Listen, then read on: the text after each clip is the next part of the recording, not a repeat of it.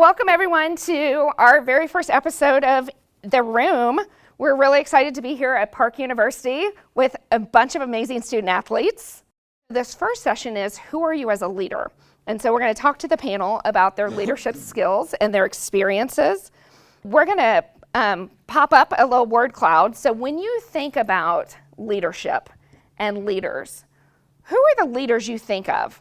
Maybe people in the room, maybe people from, before college, your dad, teammates, coach.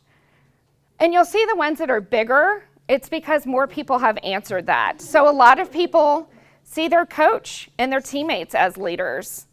When we think about leadership, it's so many different people. It's not just the captain. The captains are great leaders, but there's other people on there that we may not think of as leaders.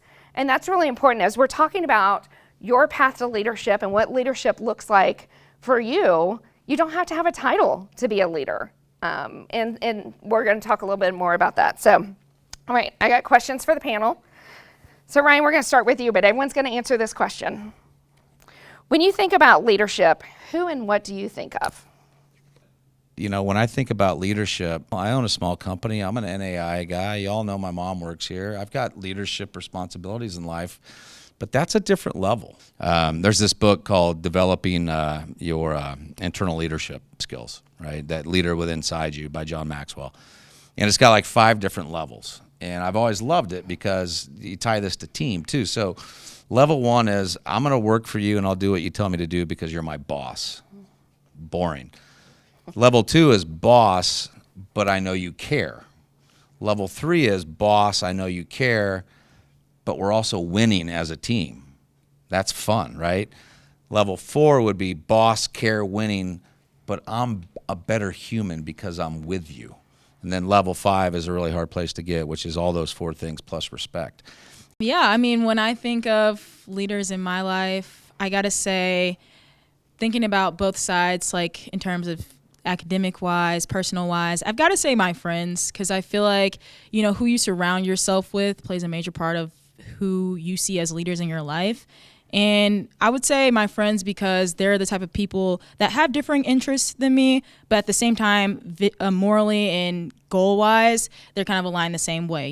They have that integrity where when they say they're going to do something, they're going to do it. And they have accountability where they're not making excuses for, when they don't do what they're supposed to do or when they don't do what they want to do because, everyone can sit around and make excuses, but it's like, are you going to learn from it and get back up and get out there, or are you just going to sit around and make excuses all day? So I think that's also 2 components that a leader should have in any space is integrity, accountability, and then also persistence, because it's not easy. To be a leader, I can go around and say, oh, I'm team captain, but if I'm not displaying that in how I behave, whether that's on the track or off the track, in the classroom or out of the classroom, I got to make sure that, people can see me as a resource to go to talk about things outside of track. That's also what a leader brings to a team. It doesn't matter what happens on the track. Matters what happens off the track as well. So, yeah.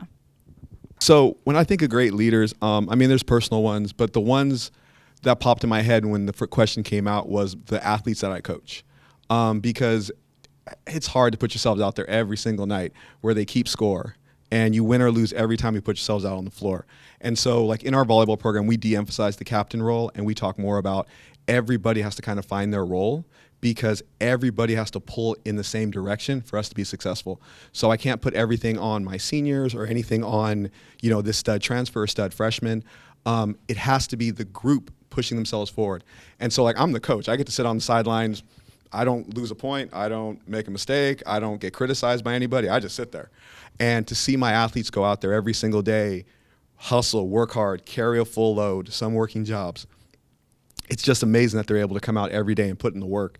And so when I think of people who teach me how to lead and teach me how to be better and push further, I just have to look at my teams. And I get the luck of working with great athletes. Obviously, we're successful.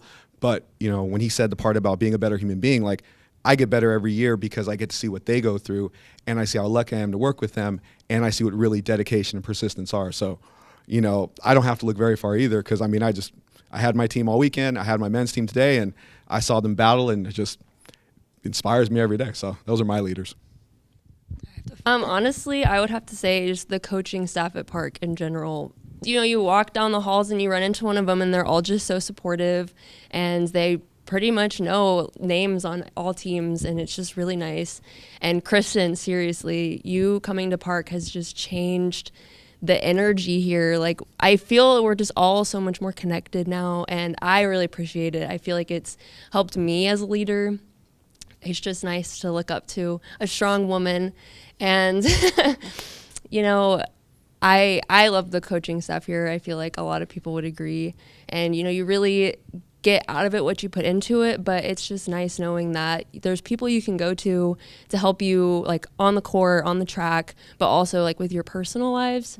And I've just never felt so supported. So I feel like that is just a good leader to me, is like knowing how to support like your teammates, your athletes, like even your coaches, you know. So that's kind of what I think is a good leader. Great.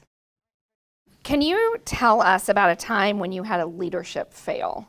So a leadership fail in the corporate world looks like this. When you've got soft leadership skills, which I do, okay, and sometimes when you know you've got the wrong person and you don't even have a seat for them on that team, and I know that, and I know it's time to let that person off the team.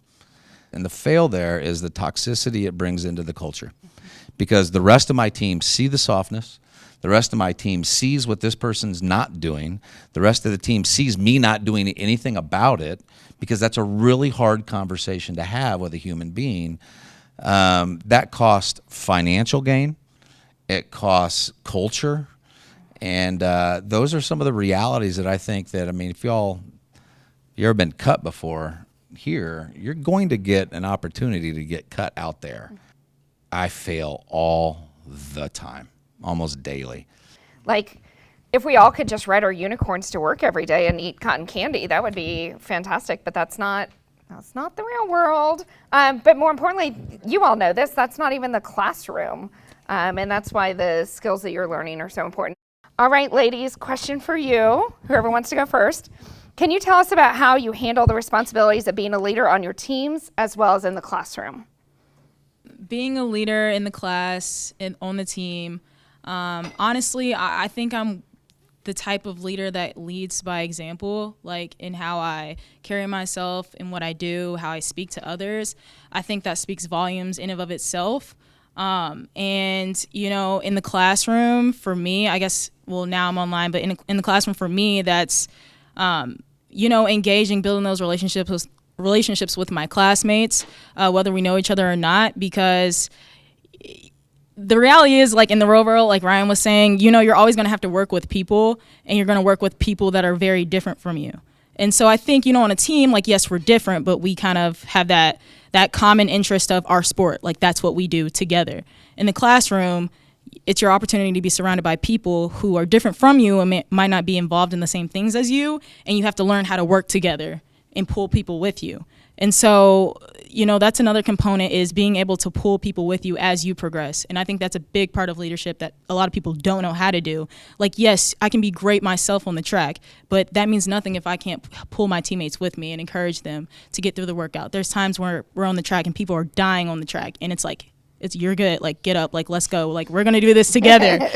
Because that's what you have to do. You have to be able to pull people with you. And I think, you know, that's what leadership is about. You know, it doesn't make sense for there to just be, you know, one great person doing this. Like, you never see one great person overall. There's tons of great people we can think about when we think about leaders. So I think that's what leadership does. It pulls other people to be leaders as well. So I think Allison and I are pretty similar when it comes to leadership. I'm definitely glad that she's on the team with me, because being a leader is tough. I feel like the biggest thing to me is I try to be a friend with everybody. And I know that's not the best route to go all the time, but I know for me personally, I really appreciate, like, again, when I was talking about like the coaches earlier, like, I like to have a friend, like, I like to have someone to be able to talk to.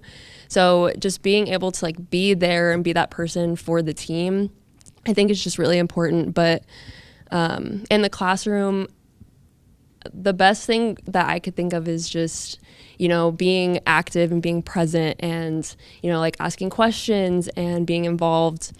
But yeah, getting to know your teammates and your classmates is, kind of all goes together. But yeah. Great.